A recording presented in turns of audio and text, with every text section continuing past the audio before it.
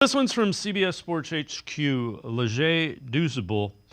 His thought on the Browns in 2024 and how they stack up in the AFC North.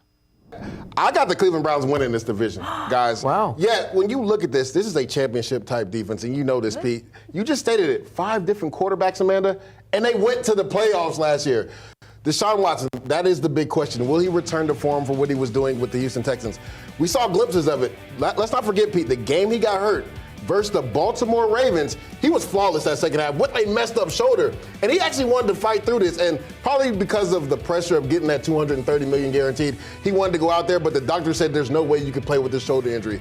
You would think he'd be a lot healthier. They added Jerry Jeudy to this offense as well. They literally have all the pieces needed. It's on Deshaun Watson. I think he takes that step, and the Cleveland Browns win this division.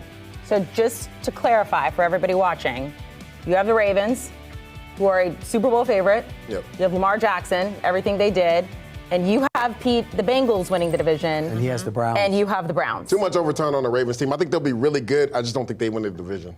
Okay. And I'm all in on Joe Burrow. I think Joe Burrow, when he's at his best. I love Joe Shiesty. I just think he hasn't been healthy, and they're dealing with some issues. And you with have him out for the second half of the season. I'm not putting that bad juju on Joe Shiesty. I love Joe Shiesty. I just think the Bengals are going to struggle this year.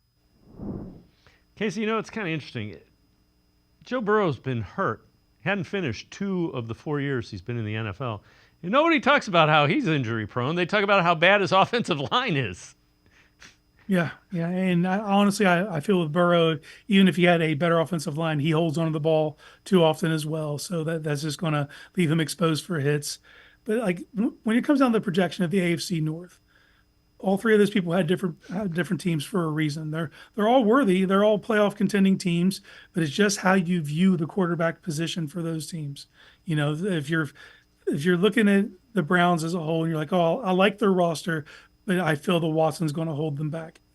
I can't argue with the take. Right. You may be right. It just depends on how you view Watson. If you view Watson as someone who can give you above average quarterback play with pockets of elite, there's no reason the Browns can't go 11-6, 12-5. Same thing could be said for the Bengals. If you believe in Joe Burrow's ability to stay healthy, they could very well be 11-6 or 12-5. It's just this division there's no margin for error.